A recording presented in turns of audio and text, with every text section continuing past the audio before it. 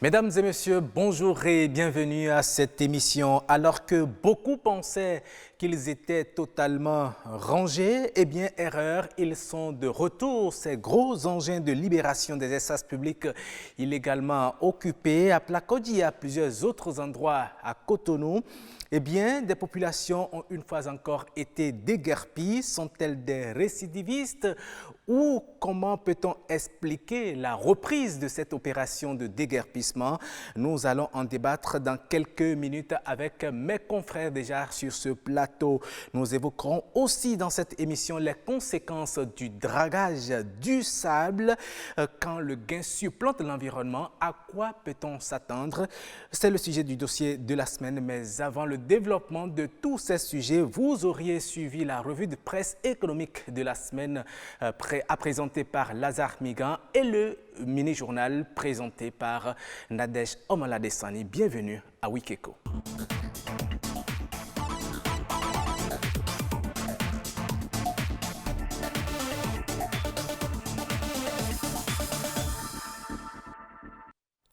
Bonjour à tous, bienvenue dans le mini-journal de votre émission Week Echo. La célébration du 25e anniversaire du projet La Route de l'Esclave s'est tenue du 20 au 24 août à Cotonou. Durant ces 5 jours, les participants ont salué la mémoire des filles et fils déportés. Vous le savez, le commerce des esclaves impliquait l'Europe, l'Afrique et l'Amérique. La marchandise des hommes, femmes et enfants africains noirs. La traite négrière, c'est plusieurs siècles d'esclavage dont on se souvient encore aujourd'hui. Yves Agodoupessi, Ulvaïs Balogun. Briser le silence sur la traite négrière et l'esclavage.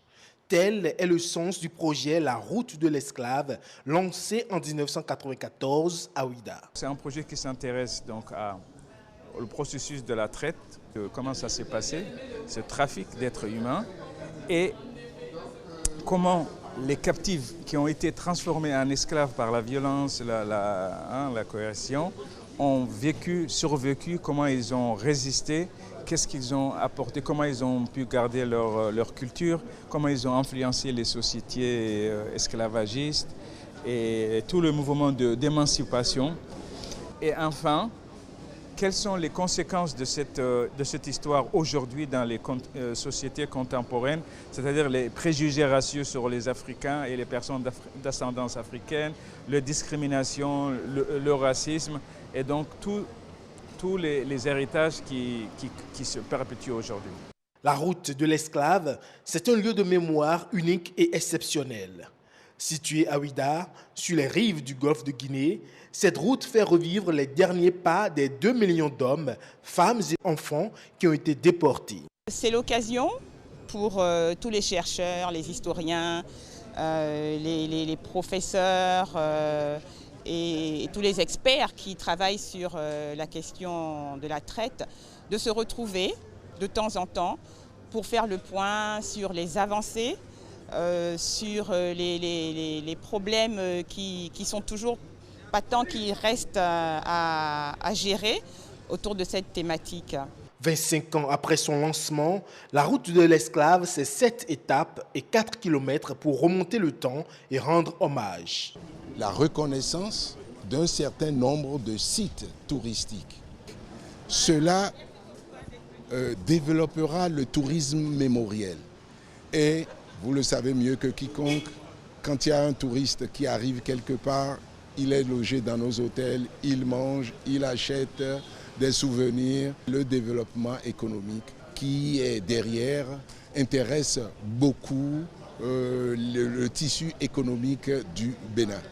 Avec la route de l'esclave, c'est une meilleure compréhension des causes et des modalités d'opération de l'esclavage et de la traite négrière, de ses enjeux et conséquences dans le monde.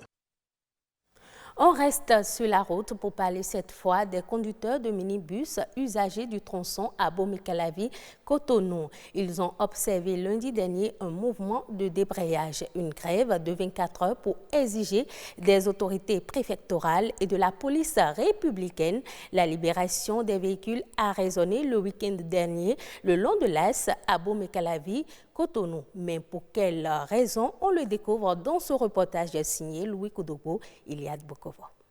Dans la journée de samedi, Rodrigue Azandé, c'est son nom. Il est conducteur de minibus. Ce lundi, il a observé le mouvement de débrayage décidé par son syndicat. Pour cause, les tracasseries policières dont cette corporation se dit être victime. Jusque-là, on en parle de parking à Calavi. Sur le tronçon Calavi-Tokpa, ils n'ont qu'à nous donner des parkings en quittant Missessin pour Tokpa. Jusque-là, on a parlé de parking. Garant de la sécurité des personnes et de la protection civile, le préfet du littoral donne sa version des faits. J'ai eu à rencontrer les syndicats de ces conducteurs de bus pour échanger par rapport au stationnement anarchique qui crée des accidents.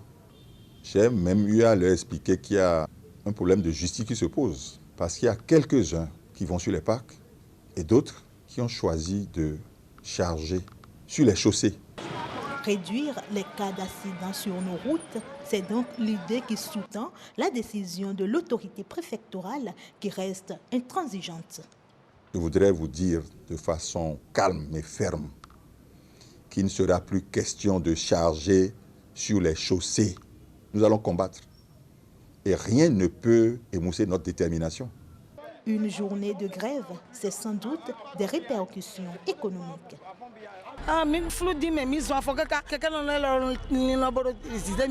Nous avons tellement erré. Avant, quand on prend le bus de Tokpa pour Missessinto, c'est 300 francs on paye. Difficilement, les émédiaments nous ont pris 800 francs de quota à Tokpa. On a sérieusement souffert. Des souffrances qui seront bientôt atténuées car des solutions sont déjà envisagées. C'est vrai, on reconnaît aujourd'hui qu'il n'y a pas suffisamment de cas routiers. Et on est en train de prendre des solutions. En attendant, on a trouvé des endroits tels que le rond-point de Sainte-Cécile. Et en dehors des gares traditionnelles qui existaient déjà, pour demander à nos frères conducteurs de minibus d'aller rester, de stationner sur ces gares-là en attendant qu'on puisse apporter les solutions idoines. Usagers de la route et autorités locales doivent travailler en synergie pour la sécurité de tous. Des conducteurs de véhicules, on passe aux garde-vélos. Ils font partie du décor qu'offre la façade de plusieurs entreprises et institutions à Cotonou. Les initiateurs de ces postes assurent la sécurité des motos pour permettre aux propriétaires de ces engins à deux roues de vaquer en toute quiétude à leurs occupations. Cette activité en plein essor semble nourrir son homme. C'est un reportage de Francis Faton et Nelly Rouanou présenté par Ulvaeus Balogun. Nous venons à 17h et à 20h, nous fermons. Les gens viennent garer leurs motos et nous les surveillons. Nous n'avons jamais eu de perte de moto. Tel est le quotidien de Daniel.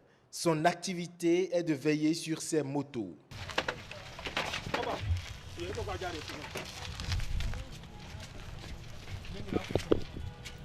À Cotonou et dans quelques villes du Bénin, il n'est pas rare de voir des espaces aménagés pour accueillir et assurer la sécurité des motos. Avant, nous surveillions les motos sans ticket. Quand les clients finissent de vaquer à leurs occupations, ils payent. De plus en plus, avec l'affluence de la clientèle, nous avons loué cet espace pour mieux veiller sur les motos. 250 à 300 motos, parfois plus. Le nombre chaque fois grandissant de motos à ces postes de garde vélo augmente le chiffre d'affaires des promoteurs. Cette activité permet aux jeunes qui s'y investissent de subvenir à leurs besoins. C'est une bonne activité. Tu paies 100 francs toutes les fois que tu nous confies ta moto de jour comme de nuit. C'est par cette activité que nous payons le loyer. L'emplacement pour le garde-vélo. Nous assumons les besoins de nos familles. C'est un métier qui est un peu difficile, mais c'est bon. Ça nourrit dans ma question. Bien que cette activité génère de bons revenus aux acteurs de ce domaine, ils font également face à des difficultés. Cette activité est très difficile. Quand tu assures la garde d'une moto, la crainte de la perdre est permanente. Voyez mes paumes de main. Elles sont sèches. Pire, les béquilles des motos nous déchirent les pieds. C'est pénible.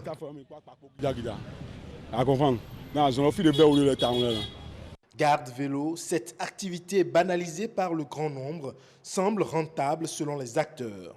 Mais au regard de leur nombre croissant, une organisation s'avère indispensable pour en faire un secteur porteur pour l'économie nationale. Ce sera tout pour le mini-journal de ce dimanche. Week Eco continue avec Roch Aurélien. Accueille-nous. Absolument. Merci à vous, Nadège Sani, pour cette belle présentation.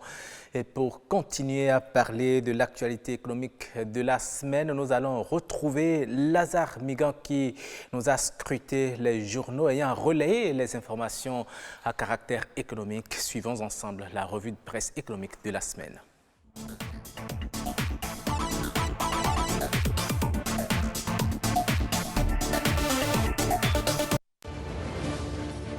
Mesdames et messieurs, bonjour et bienvenue à cette revue de presse socio-économique de la semaine.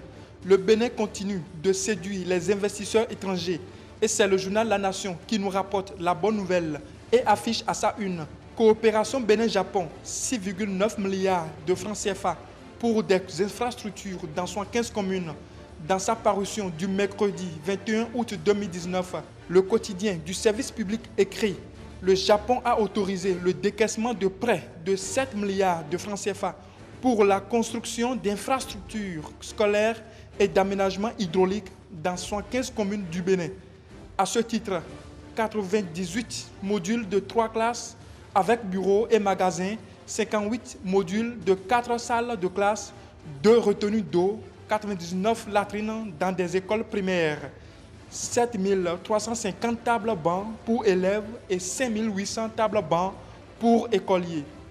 Telles sont des infrastructures prévues dans le cadre de la réalisation de nouveaux micro-projets socio-communautaires par les fonds de contrepartie du don japonais.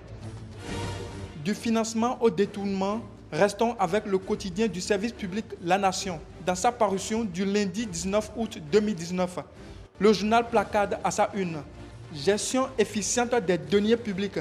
La création d'une cour des comptes s'impose. Scandale financier à la Chambre de commerce et d'industrie du Bénin.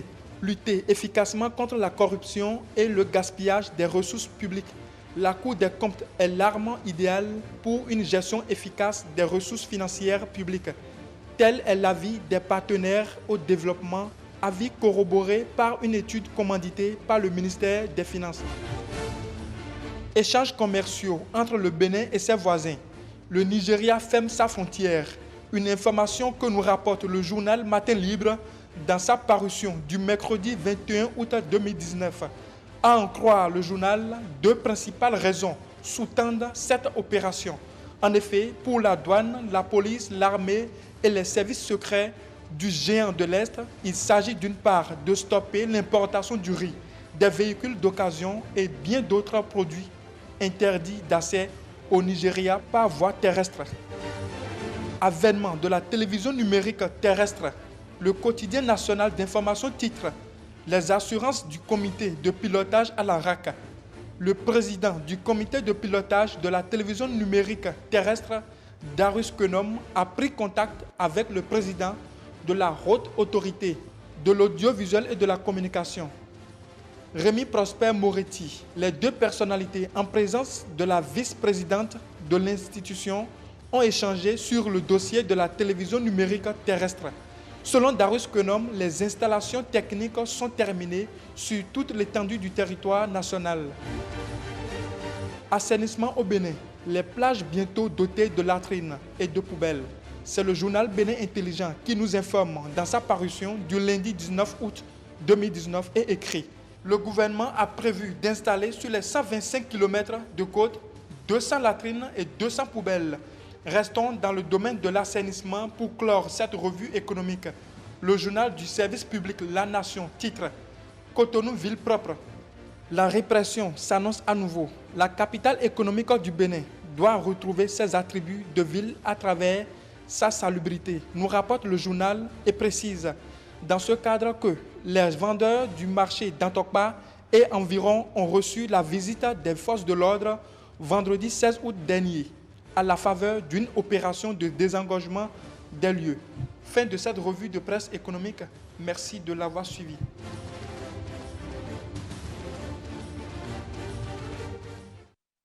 Merci à vous, Lazare Migan, pour cette revue assez fournie. Dans un instant, nous allons parler de cette opération de libération des espaces publics illégalement occupés. Eh bien, c'est dans le décryptage.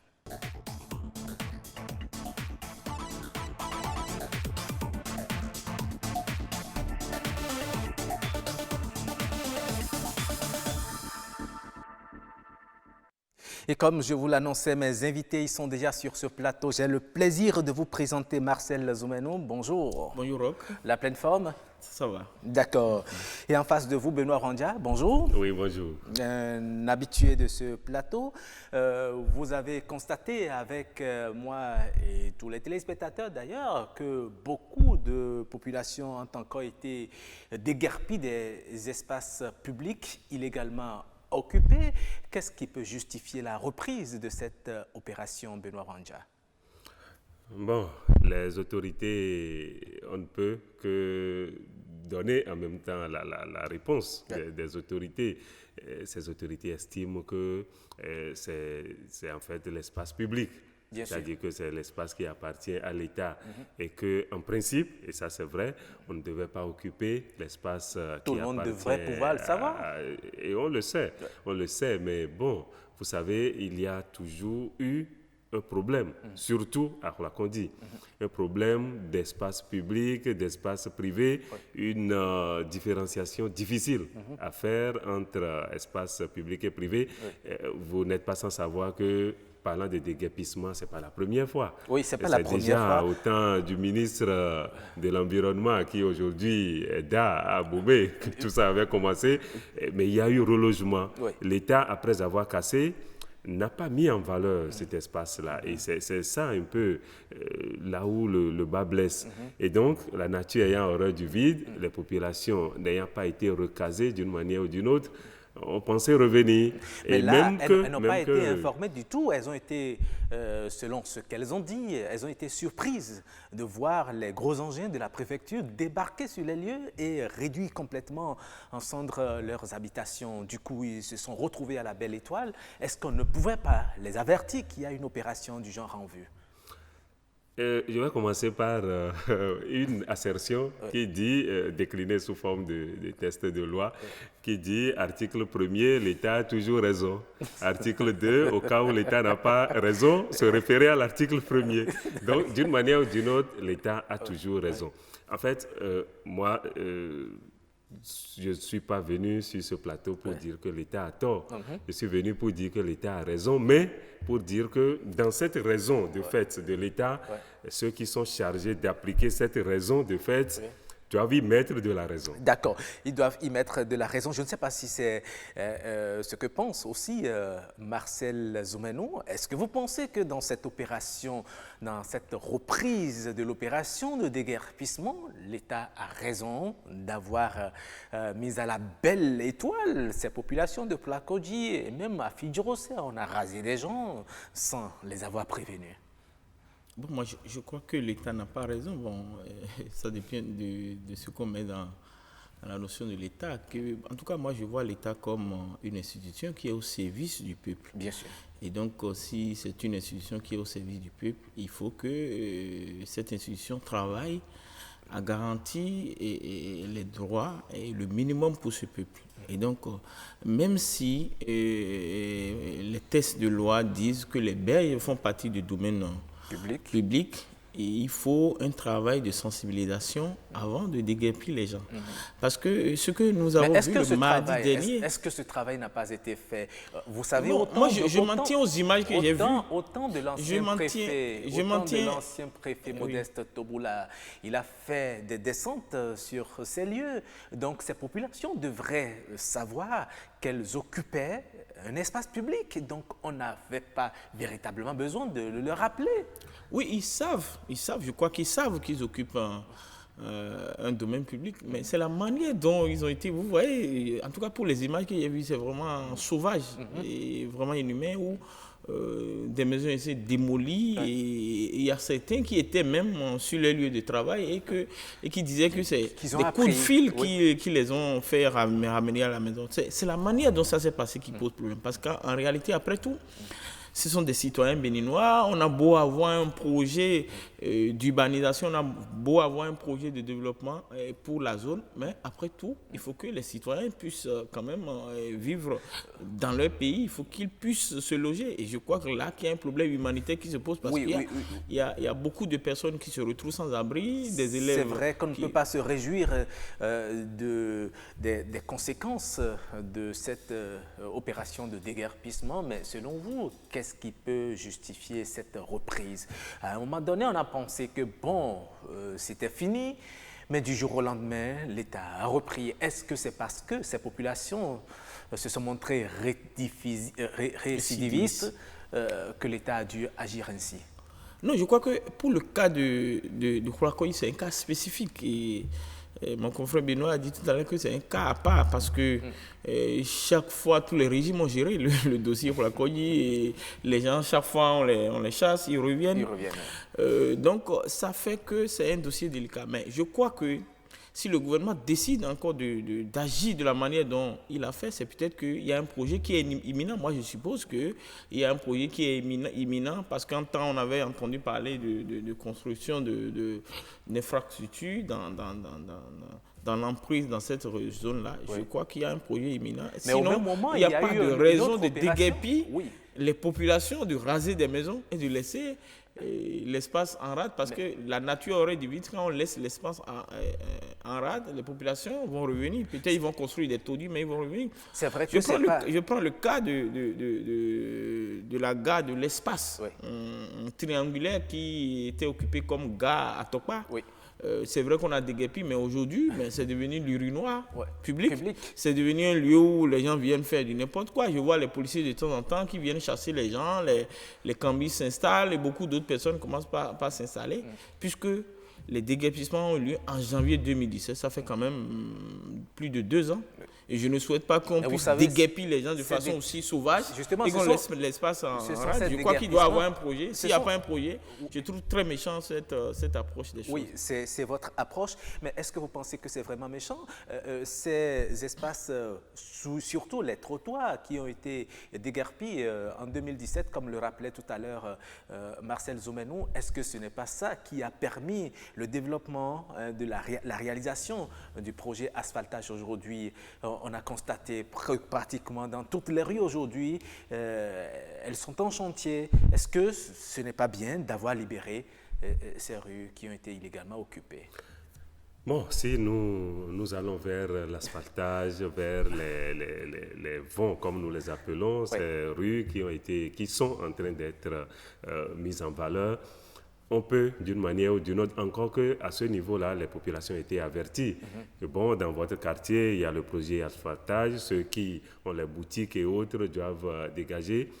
Et il faut déjà faire la part des choses entre les trottoirs et les voies d'accès dans les maisons. Je me permets de revenir sur la situation de Khourakoyi. Pour faire constater que, en fait, ça vous tient particulièrement à cœur. Marcel Zoumenou et moi, nous avons dit la même chose de différentes manières. En fait, moi, j'ai dit l'État a toujours raison, même si l'État a tort, c'est qu'il a toujours raison. En fait, par rapport à la situation de Khourakoyi, si je veux caricaturer, ce qui s'est passé, c'est en fait comme si vous appelez l'État au secours, vous dites, je suis dans mon quartier, il y a l'insécurité. Tous les soirs, nous n'arrivons pas à dormir toutes les nuits parce qu'il y a ci, il y a ça. Et donc, comme solution, l'État dit, mais et si on venait casser tout? Et vous-même, et ceux qui viennent vous. En fait, c'est un peu ce qui s'est passé à Makodji. Mais les populations n'ont pas appelé à l'insécurité. Les populations ont participé à des réunions avec les autorités. Oui. Au cours de ces réunions-là, il n'a jamais été dit qu'on viendra détruire les habitations. C'est ça le problème. En fait, les gens étaient dans la logique que la population viendra, et que du moins les forces de l'ordre viendront avec les autorités pour casser les ghettos. Parce qu'effectivement, il y a une opération. Dans l'entendement du Béninois, quand on dit ghetto, c'est les refuges de bandits. Et ce n'est pas la première fois que des ghettos auraient été détruits. On a appris même qu'au cours de la semaine, il y a des ghettos qui ont été détruits Personne ne peut venir sur une chaîne de radio ou de télévision pour déplorer dire je déplore qu'on ait cassé des ghettos, sachant que ghetto est entendu dans le sens de refuge de bandits. Mais ce qui se passe aujourd'hui, ou ce qui s'est passé à Plakondi, c'est qu'il y a une confusion de gens entre ghetto, bidonville et tout ce que vous voulez, habitation. Et donc, ceux qui se retrouvent aujourd'hui dans la désolation parce que leurs habitations ont été détruites ne sont pas des bandits. Même si quelque part on dit oui, vous abritez, ou bien certains parmi vous abritent Ils ont un frein à la loi. Certains parmi vous abritent des hors-la-loi. Je reviens à mon exemple. Est-ce que c'est parce que certains abritent les hors-la-loi que la solution c'est de casser toutes les habitations? D'accord, très bien. Est-ce que vous pensez qu'il y a possibilité de les reloger après les avoir cassés tels qu'on a vu? Oui, je crois que normalement ça devait être ça. Et il faut d'abord trouver des espaces. Peut-être ça peut ne pas être à Cotonou, ça peut être loin de leur lieu habituel où ils résidaient. Mais je trouve que si le gouvernement pense à leur vie, pense à leur bien-être, on devait penser à ces mesures sociales. Puisque ceux qui vivent, en tout cas de façon générale, à Plakondi, ne sont pas les plus nantis du pays qui y vivent. Et donc, ils n'ont pas forcément les moyens pour acheter de nouvelles terres, construire de nouvelles maisons. Donc, je crois qu'il doit y avoir un accompagnement social. Et même si on ne peut pas les reloger, trouver des moyens pour eux. Je crois qu'il y avait eu des casses qui ont eu lieu l'année, je crois, 2018, si je me trompe, à Plakondi, où il y avait eu des dédommagements pour certains. C'est vrai que les montants étaient jugés un peu trop petits, mais je crois qu'il faut un travail d'accompagnement autour de ces gens qui ont besoin pour les du minimum, tout à fait, qui ont besoin du minimum. Mais ceux-là qui ont exposé à nouveau leurs étalages sur les espaces publics, est-ce que vous pensez qu'eux aussi, ils ont droit à ces mesures de dédommagement juste pour les soulager? Parce que vous savez, depuis 2007, ceux qui ont été surpris par l'opération de déguerpissement, de libération de l'espace public, n'ont pas encore jusqu'à ce jour pu se relever de leur chute.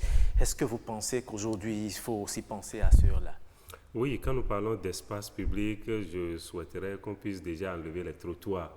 Parce que les trottoirs, franchement, personne ne peut occuper les trottoirs et penser avoir raison. Mais d'aucuns pensent que lorsque vous avez votre maison, les 2 mètres d'après votre clôture vous appartiennent. C'est une conception erronée de ce que nous... erronée, et des gens se permettent parfois de mettre même des troncs d'arbres pour vous empêcher, surtout en saison pluvieuse, pour vous envoyer passer dans l'eau. Oui. Non, ça c'est une façon très erronée d'interpréter la loi. Alors, parlant d'espace public, moi, il y a une expression qui me gêne de la part de nos autorités. Quand des autorités viennent dire oui, la priorité aujourd'hui c'est de déguerpir, nous verrons dans quelle mesure reloger les gens après. On casse d'abord avant de penser à la mesure. Et c'est pour ça que je dis, alors qu'on devrait penser à la mesure avant de casser. Merci. Je suis un peu dérangé par cette expression-là. Si je veux revenir un peu à Plakondi, quel est le projet par rapport à Plakondi? Actuellement, vous et moi, nous n'en savons rien. S'il y avait un projet, le gouvernement aurait dû communiquer et tout le monde saurait que mais il faut un déguerpissement pour qu'on puisse installer tel projet. Bon, le projet sera certainement dévoilé très bientôt. Le déguerpissement, d'abord, le projet c'est le déguerpissement. Et puis après, on verra dans quelle mesure. Il faut assainir cet espace. Marcel Zoumeno disait tout à l'heure certainement qu'on va les reloger loin de leur habitation. Mais ça encore, ça me gêne un peu. Ça vous pose un problème, oui, c'est leur milieu de vie. Pas forcément, pas seulement.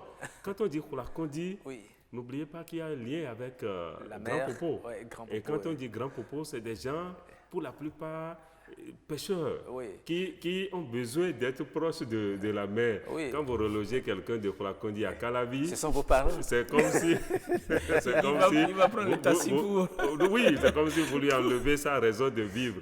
Le Khoula, par essence, doit sentir l'air marin, il doit être en contact avec la mer. Alors pourquoi le gouvernement ou l'État ne peut pas penser dans un projet mettant en valeur cette berge-là, inclure cette population pour qu'elle puisse toujours continuer son activité. C'est déjà une ouverture que vous faites. Qui participe à l'économie, au produit intérieur brut.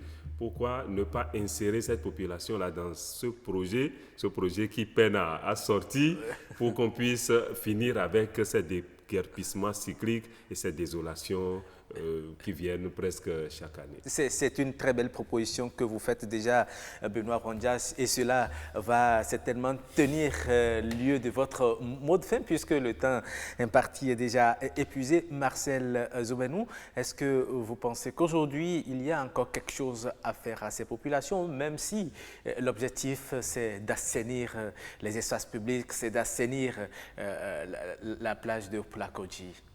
Non, moi j'ai constaté de façon générale dans tous les projets du gouvernement qui manque un peu la dose humaine, l'humanisation des projets.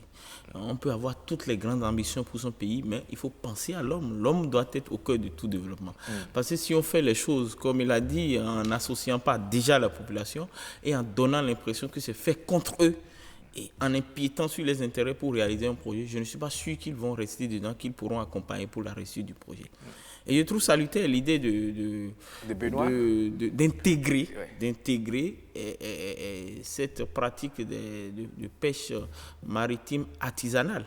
Et ça peut être même un vecteur de tourisme parce que moi je vois quand vous longez un peu la route de pêche et vous allez vers Ouida et défiler Conti sur 40 mètres, c'est très passionnant à voir. Je crois que pour tirer même avec eux, c'est très passionnant. Et je trouve que dans un projet un peu plus intégré, on peut prendre en compte leurs besoins, leur donner des espaces pour continuer à faire leur activité. Je pense que tout est possible si le gouvernement en a la volonté et la foi. Oui, merci à vous. On me demande de vous accorder aussi quelques secondes pour votre mot de fin. C'est vrai que vous avez déjà embrayé sur les propositions à faire en dehors des populations là qui occupent l'espace public et qui ont été mises à la belle étoile. Il y a également ceux-là qui occupent les espaces publics, les trottoirs, etc. Est-ce qu'il faut forcément jouer aux gendarmes derrière les populations pour qu'elles sachent qu'on ne doit pas occuper l'espace public? On a le devoir de les sensibiliser également. Oui, au départ, je pense que Marcel Zoumenou avait dit que les populations, certains savent qu'ils sont dans un domaine qui ne leur appartient pas. Mais la nature ayant horreur du vide également, et quand on fait référence à l'histoire par rapport à l'installation des populations au niveau de Khoulakondi, c'est difficile aujourd'hui de leur dire bon, c'est le domaine de l'État, vous devez partir parce que l'État veut son domaine. Bon, c'est vrai que l'État aussi nous dit, je vais réfléchir après pour voir ce que je vais en faire. Mais l'un dans l'autre, je suis une fois encore d'accord avec Marcel Zoumenou quand il met l'accent sur le côté un peu humain qui manque à certaines actions de nos dirigeants. Aujourd'hui, il y a une forme d'incompréhension à Khoulakondi parce que certains estiment que c'est les autorités locales, le délégué, le chef quartier et autres. Qui n'ont même pas été informés selon ce qu'on a appris. Certains pensent que c'est eux qui ont fait venir les forces de l'ordre et donc certains se disent même qu'ils vont aller s'installer dans la maison du chef quartier jusqu'à ce qu'ils trouvent un endroit. Donc cette incompréhension entre autorités locales et population est venue d'où? De l'incompréhension générale de cette mesure de déguerpissement. Donc, je souhaiterais, pour finir, que toutes les autorités puissent vraiment s'asseoir jusqu'au plus haut niveau, qu'on puisse s'asseoir avec les populations, définir, comme je l'ai dit, un projet global pour cette zone-là et véritablement finir avec les déguerpissements. Je ne pense pas que l'autorité soit dans le plaisir au quotidien d'aller créer des désolations. Donc, les autorités doivent également réfléchir à comment finir avec ce déguerpissement cyclique, surtout au niveau de Khoulokhom. Oui, mais vous savez, on ne peut pas faire d'omelette sans casser les œufs. L'omelette, c'est bon à manger. Et pour l'avoir, il faut casser les œufs. Eh bien, les populations doivent aussi comprendre que pour assainir ces berges lagunaires, qu'il faut assainir l'espace public, il faut qu'elles fassent le sacrifice de libérer l'espace qui est illégalement occupé. En tout cas, le gouvernement, les autorités vous ont entendu et tiendront compte de vos propositions. Merci à vous, Benoît Rondia. Merci à vous aussi, Marcel Zoumenou, d'avoir participé à cette émission. Et dans quelques instants, nous allons ouvrir le plateau du dossier de la semaine pour parler du dragage de sable. Quand le gain supplante l'environnement, à quoi peut-on s'attendre? C'est juste après ceci.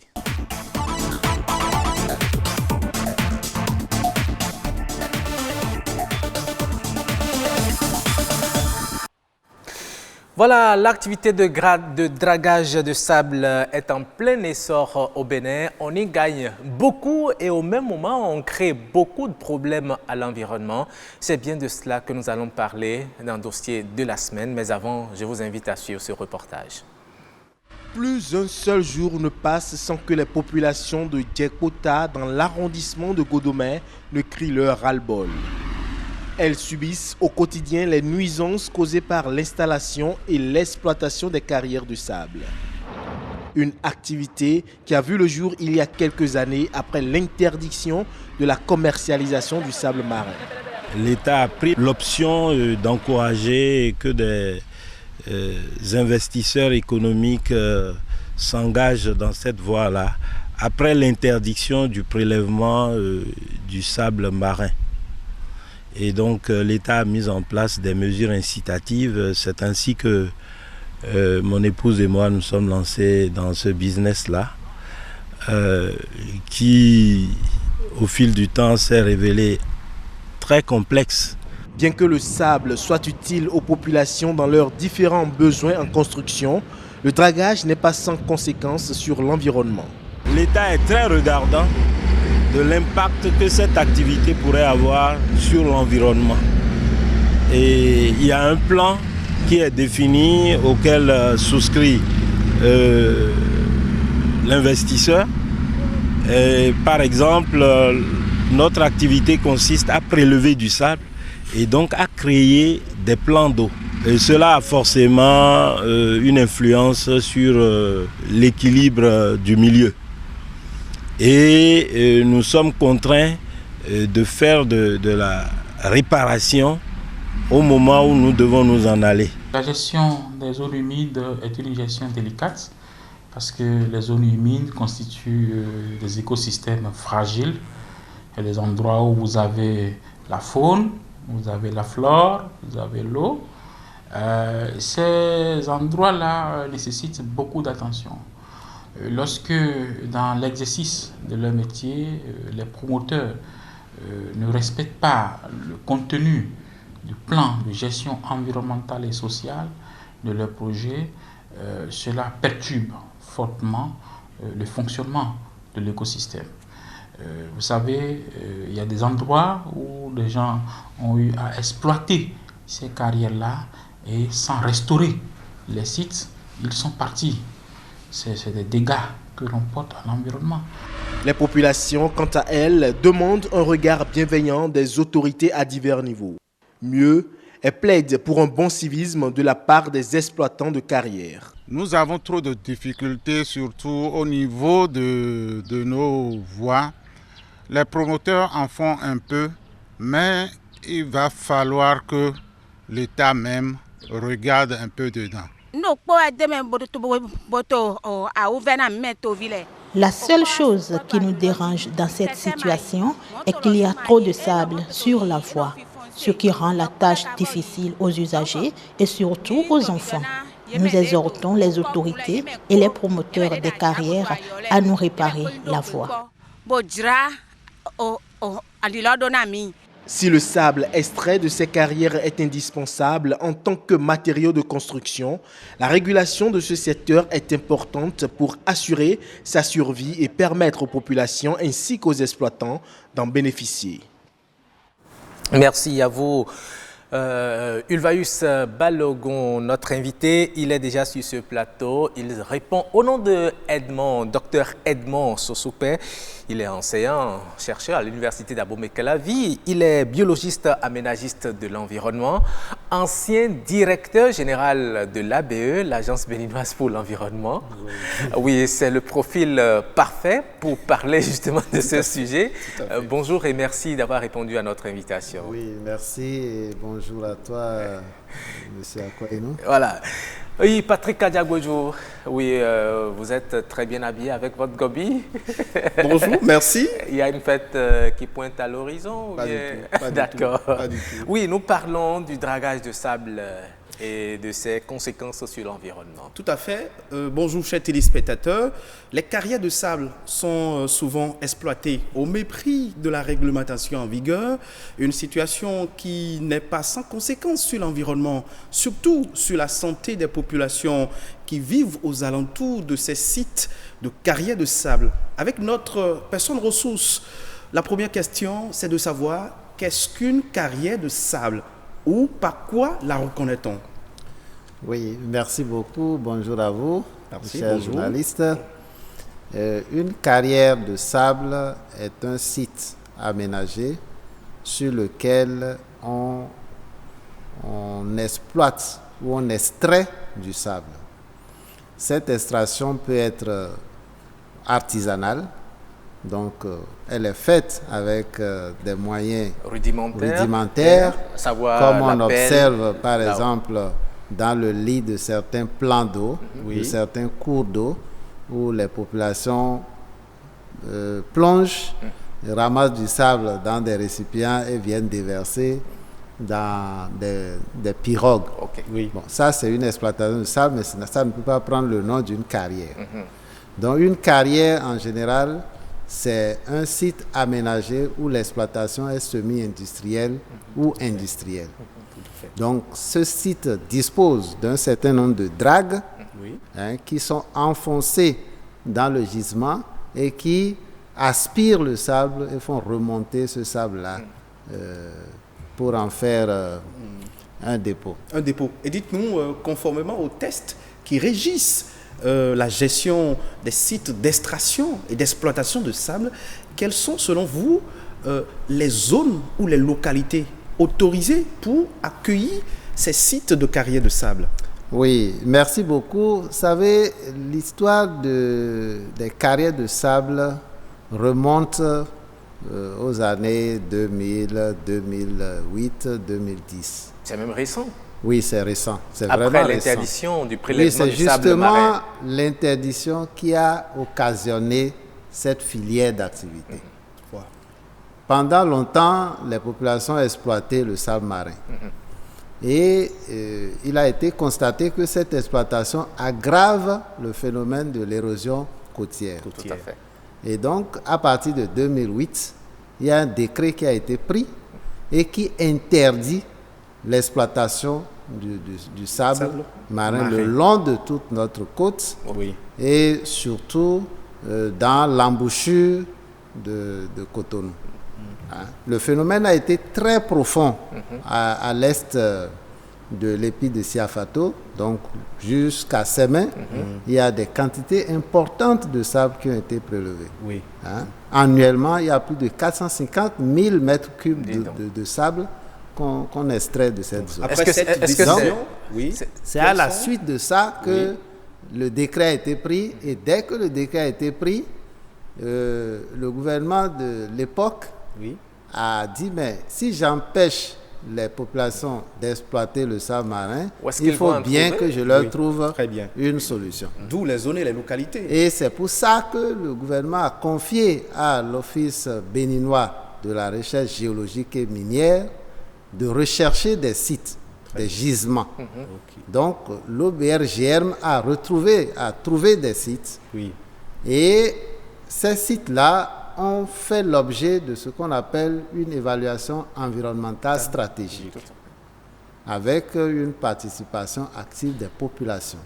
Certainement que ces études doivent avoir précisé la quantité de sable à prélever à ces naturellement, endroits. Mais est-ce que c'est respecté? Est-ce qu'on n'extrapole pas la quantité requise qu'on doit extraire de ces sites? Oui, avant de venir à cette question, permettez-moi de poursuivre en répondant à la question de mon ami qui voulait savoir quelles sont les zones qui ont été autorisées à l'exploitation. Alors, l'étude a montré que on pouvait exploiter le sable dans la plaine deltaïque du lac Nokwe, au niveau de la lagune de Porto-Novo, dans la zone deltaïque du fleuve Ouémé, et dans la rivière So, et dans la zone marécageuse des Koumbé, Khédomé et environ. Et quand on prend Calavi avec, on vient à Kokotomé ou à Kokokodji, on sait qu'il y a des sites d'exploitation de sable. Oui. Est-ce que le gouvernement, l'autorité a prévu ça? Oui, bien sûr. On a dit des Koumbé, Khédomé et environ. Environ, ça prend en compte ces zones-là. Maintenant, le travail de l'OBRGM a consisté à évaluer le gisement, sa quantité. Et les domaines exploitables ont été morcelés en périmètre. Donc, lorsque un opérateur décide de faire de l'exploitation, il fait les formalités, il a l'autorisation et on lui concède un périmètre. Et c'est sur ce périmètre que l'exploitant va extraire du sable.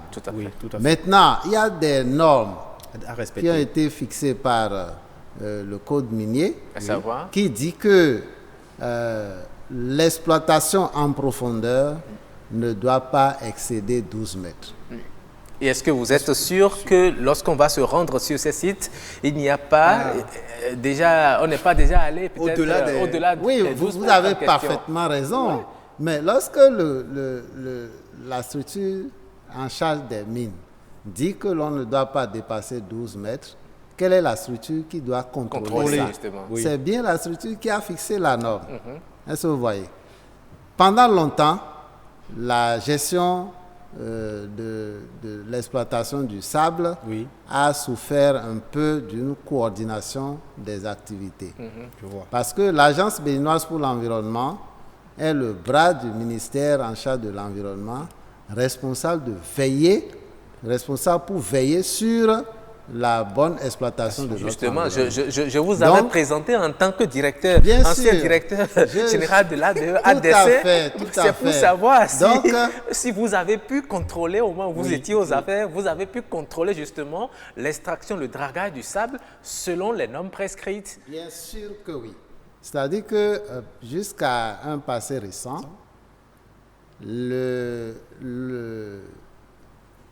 la structure en charge des mines délivrait des permis d'exploitation. Et parmi les pièces à fournir pour ces permis d'exploitation, il n'y avait pas le certificat de conformité environnementale. Ce papier-là résulte d'une étude d'impact sur l'environnement. Donc, les promoteurs n'étaient pas contraints à faire une étude d'impact sur l'environnement avant d'avoir le permis et de commencer à exploiter. Désormais, c'est une obligation. Donc oui, depuis 2014, je sais que vous avez effectué assez de tours de sensibilisation. Voilà. Donc on a obligé la direction des mines à insérer, à conditionner la délivrance du permis à la détention du certificat de conformité environnementale. Donc, disons qu'à partir de cette année-là, on a essayé de travailler à réorganiser la filière. Parce qu'il y a beaucoup de gens qui n'avaient pas de papier pour faire la restauration du site. D'abord, savoir les conditions d'exploitation et puis aller à la restauration. On a entendu un promoteur tout à l'heure qui dit qu'il faut creuser des trous pour retenir l'eau. Est-ce que ça fait partie des contraintes ou bien de ce qu'on leur a demandé de faire pour la restauration de ces sites? Non, en fait, l'exploitation elle-même avait un objectif principal. L'objectif principal était que dans les zones hydromorphes, il fallait faire une exploitation sur le gisement continu pour pouvoir obliger l'eau à descendre dans les lits laissés par l'exploitation de sable. Et ça pouvait même aider à assécher les bords. Les zones hydromorphes vont envoyer leur eau dans le trou qui est creusé du fait de l'enlèvement de sable. On pourrait aussi dire que c'est entre autres une solution à l'inondation. Bien sûr, c'est une solution à l'inondation puisque l'eau ne circule pas. Et il n'y a pas un réceptacle normal de l'eau. En fait, les zones hydromorphes sont la propriété privée de l'État. On ne devait même pas les morceler. On ne devait pas envoyer des populations habiter là. On voit même des plaques. Voilà, il y a beaucoup de plaques, même dans l'eau. Donc, ça devait contribuer, si tout avait été bien réfléchi, ça devait contribuer à régler le problème, partiellement le problème d'inondation, en trouvant un réceptacle naturel pour recueillir les eaux. Dites-nous, Monsieur Sosoupé, si je suis citoyen ou entrepreneur et que l'État m'autorise à installer un site d'extraction de sable et de vente de ce sable, et quel est l'acte ou le document, conformément au test, qui me contraint à respecter les normes pour une bonne gestion de ce site? Oui, merci beaucoup. Les premiers papiers que vous devez avoir, c'est le permis d'exploitation. Et le permis d'exploitation aujourd'hui, comme je venais de le dire, ne peut être délivré que si l'intéressé a fait faire une étude d'impact et détient un certificat de conformité environnementale. Et dans tout ce processus-là, il y a un document annexé qu'on appelle le plan de restauration. Donc, l'exploitant doit montrer un plan de restauration pour dire, pendant l'exploitation et à la fin de l'exploitation, voilà l'ensemble des activités que je vais mener pour retourner le site à un état proche de l'état initial. Est-ce que ce plan impose à l'exploitant de réparer les torts causés aux populations qui vivent aux alentours de ces sites? Parce qu'on sait qu'au-delà des effets non visibles, non physiques que ces sites génèrent sur la nature, qu'est l'environnement, il y a la dégradation des voies publiques. Est-ce que ce plan impose à l'exploitant de réparer les torts? Oui, vous savez, l'étude d'impact sur l'environnement a évalué tous ces impacts-là. Et des mesures d'atténuation ont été proposées par l'étude. Donc, dans le document de rapport, dans le rapport d'étude d'impact sur l'environnement, il y a les impacts, il y a les mesures d'atténuation de ces impacts. Mais vous savez, et le promoteur reçoit avec le certificat de conformité environnementale un document important qu'on appelle le plan de gestion environnementale et sociale. Donc, dans ce plan, toutes les activités qui doivent être conduites par le promoteur dans le cadre d'amoindrir les problèmes posés par son activité, aussi bien sur le site qu'aux populations, tout est détaillé. Tout est détaillé. Voilà. Mais on constate souvent que les populations se soulèvent pour réclamer l'interdiction ou bien la suspension du dragage parce que ça leur crée assez de nuisances.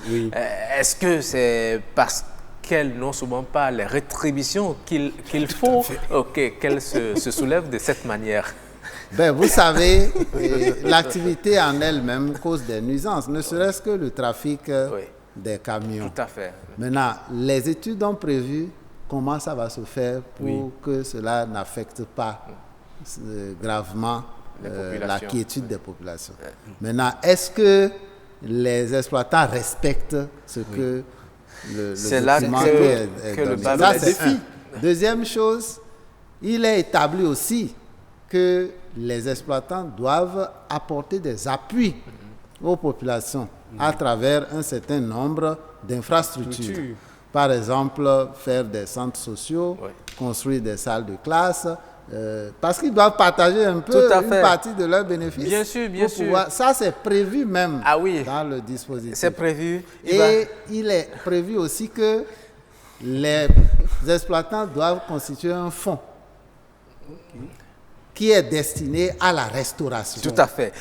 En tout cas, c'est très important. Hein, ces exploitants qui font le dragage du sable doivent efficacement respecter le cahier de charge et participer à la restauration de ces sites. Hein. Merci beaucoup à vous, Dr Edmond Sosoupé, de nous avoir fourni toutes ces explications. Merci, Patrick Kadiagodjo. Merci à vous. Il y a beaucoup à dire, mais oui, le temps, oui. pourra revenir. Nous aurons le temps de vous recevoir sur un autre plateau pour décortiquer réellement ce sujet. Avec plaisir. Merci beaucoup. Mesdames et messieurs, c'est la fin de cette émission. Merci de nous avoir suivis. On vous donne rendez-vous dimanche prochain à partir de 11h. Suivez cette émission en nouvelle rediffusion le lundi, également à partir de 11h. C'est fini pour aujourd'hui. Au revoir et à très bientôt.